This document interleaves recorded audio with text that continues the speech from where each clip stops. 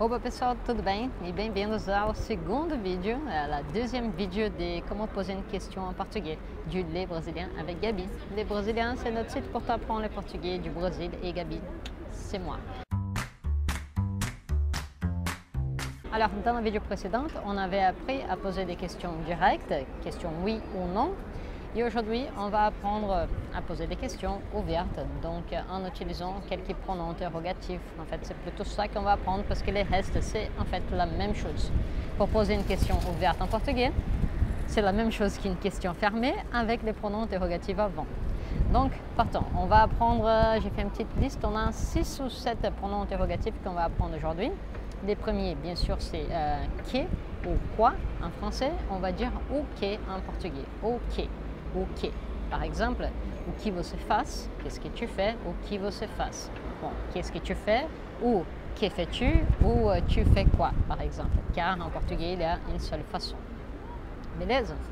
Ensuite, on a quand. Pour dire quand en portugais, on va dire quando. Quando. Quando.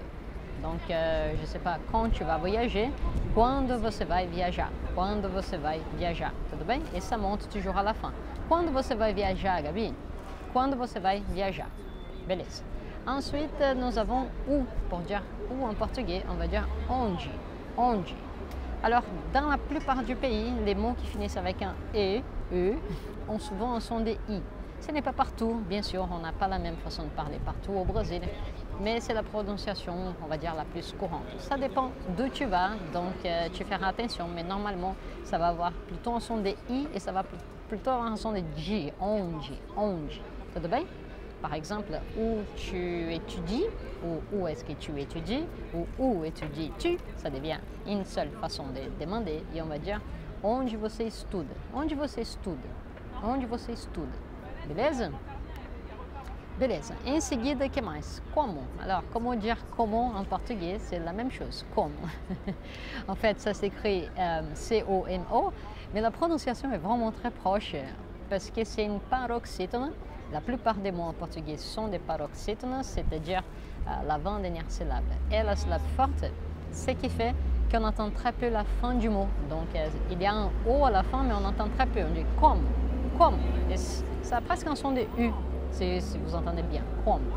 Donc, si tu veux savoir comment je suis arrivé ici, tu peux demander Gabi, como você foi aí? Como você foi aí? Comment es-tu en fait allé là-bas où tu es? Como você foi aí?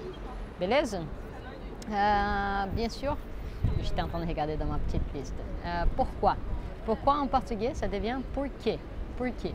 Alors attention, là j'ai un R qui est très de l'intérieur de la campagne de l'État de São Paulo.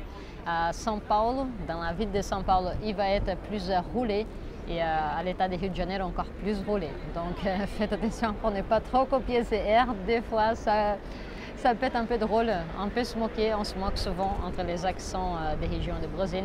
Donc, porque, porque. Par exemple, pourquoi tu étudies le portugais? Porque você estuda português. Bien sûr, c'est la même traduction de pourquoi tu étudies le portugais, pourquoi est-ce que tu étudies le portugais ou pourquoi étudies-tu le portugais. Beleza? Et les derniers, du coup, c'est pour dire combien. Alors, pour dire combien, on a 5 possibilités. C'est un seul pronom interrogatif qui peut changer un tout petit peu. Donc, pour dire combien, on va dire quanto, quanto.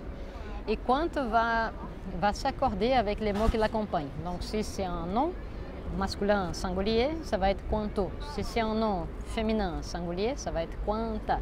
Si c'est un nom masculin pluriel, quantos. Et si c'est, qu'est-ce qui manque, féminin pluriel, quantas. Comment savoir de coup lequel utiliser?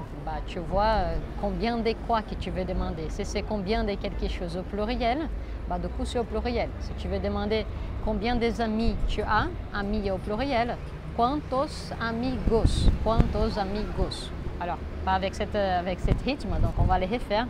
Quantos amigos você tem? Tudo bem? Quantos amigos você tem? Et le vent est retourné. Et si on veut demander, par exemple, combien de temps tu as? Alors, les temps, on ne peut pas vraiment compter. On ne dit pas j'ai un temps, deux temps, trois temps. Donc, on va dire au singulier quanto tempo. Quanto tempo você tem? Beleza? Et juste pour finir, si c'est un verbe qui va après, par exemple, combien ça coûte, du coup, c'est quanto sans aucun changement. Quanto custa. Fechou? Muito bem. Et le dernier, c'est un petit bonus, c'est un cadeau. On ne voit pas très souvent dans les livres, dans les méthodes pour apprendre le portugais, pourtant c'est très utilisé. Alors c'est un petit mot qui fait rôle, qui fait papier des deux mots en français en même temps dans un seul mot en portugais. En fait, c'est cadê, cadê. Alors cadê signifie où est dans un seul mot. Si tu veux demander où est mon téléphone, par exemple, tu peux dire où est mon téléphone, pardon, où est mon téléphone, onde está meu telefone. Ou tu peux prendre où est et devenir un seul mot, cadê, cadê meu telefone.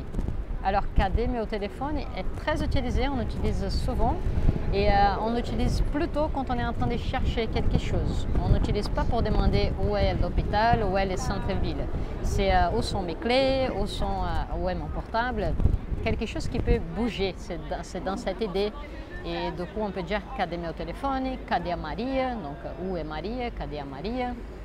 Et c'est très utilisé. Tout bien? Legal. Et la dernière chose, j'avais dit de coup que dans ce cas ici, quand on utilise un pronom interrogatif, on peut traduire les esque en portugais. Alors esque, ça devient que. C'est vraiment pratiquement, c'est vraiment la traduction littérale. Le verbe être et la conjonction que. Que. Et on les met aussi à la même place qu'en français. Donc on va voir les pronoms interrogatifs qu'on vient de voir. Ok, quando, onde, un de ces pronoms interrogatifs. Après on a la traduction de esque et après on a la fin de la question qui c'est la même chose qu'une affirmation, une affirmative. Je confonds toujours, je suis désolée. Donc si tu veux demander quand est-ce que tu as mangé, tu peux les traduire par quando você comeu, quand tu as mangé, ou tu peux traduire par quand est-ce que tu as mangé en mettant é que au milieu. Quando é que você comeu?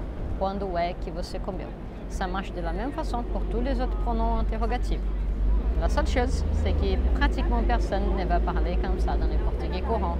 Et c'est là où il y a les soucis. Donc on apprend des formes très correctes, très longues, qu'à la fin, à l'oral, on ne dit pas. Les é que, donc la traduction de esque, on va finir par manger le verbe être, le verbe est. Et à la fin, on ne va faire qu'ajouter que. Donc, à nouveau, on aura pronom interrogatif, qui au milieu et le reste de la phrase. Donc, si tu veux demander quand est-ce que tu as voyagé, on va mettre quand, ensuite en portugais que et le reste de la phrase. Quando que você viajou? La façon correcte aurait été quando é que você viajou? Et la façon dans le portugais courant, on enlève les et, on mange les verbes être et quando que você viajou? Alors, je répète à nouveau pour comparer. Quando é que você viajou? Quando que você viajou? Et c'est très important d'habituer les oreilles à ces sons car ça va très très vite. Et à l'oral, on ne va pas mettre les et que quand on est en train de parler naturellement dans la rue avec les amis, partout. Donc, habituez vos oreilles à cette tradução du português courant. Muito bem, muito bem. Então é isso aí, galera. Acho que por hoje já foi bastante. Il y a beaucoup de choses aujourd'hui. Maintenant, il faut s'asseoir et noter tout ça. Et ensuite, il faut pratiquer. Juste avoir noté et avoir compris, appris les règles, c'est très bien, c'est les premiers pas. Mais il faut pratiquer. Si tu ne pratiques pas, ça ne va pas s'automatiser et tu ne vas pas réussir à parler tranquillement ni à comprendre tranquillement. Donc maintenant, on va faire des phrases, on va poser des questions et on va automatiser ça pour que ça vaille le coup d'avoir passé 10 minutes à regarder cette vidéo. Et voilà. Bon, si tu as aimé cette vidéo, clique j'aime, laisse ton commentaire, pose une question pour me montrer que tu as compris, que tu as bien travaillé. Et on se voit dans la prochaine vidéo. É isso aí, galera. Tchau, tchau.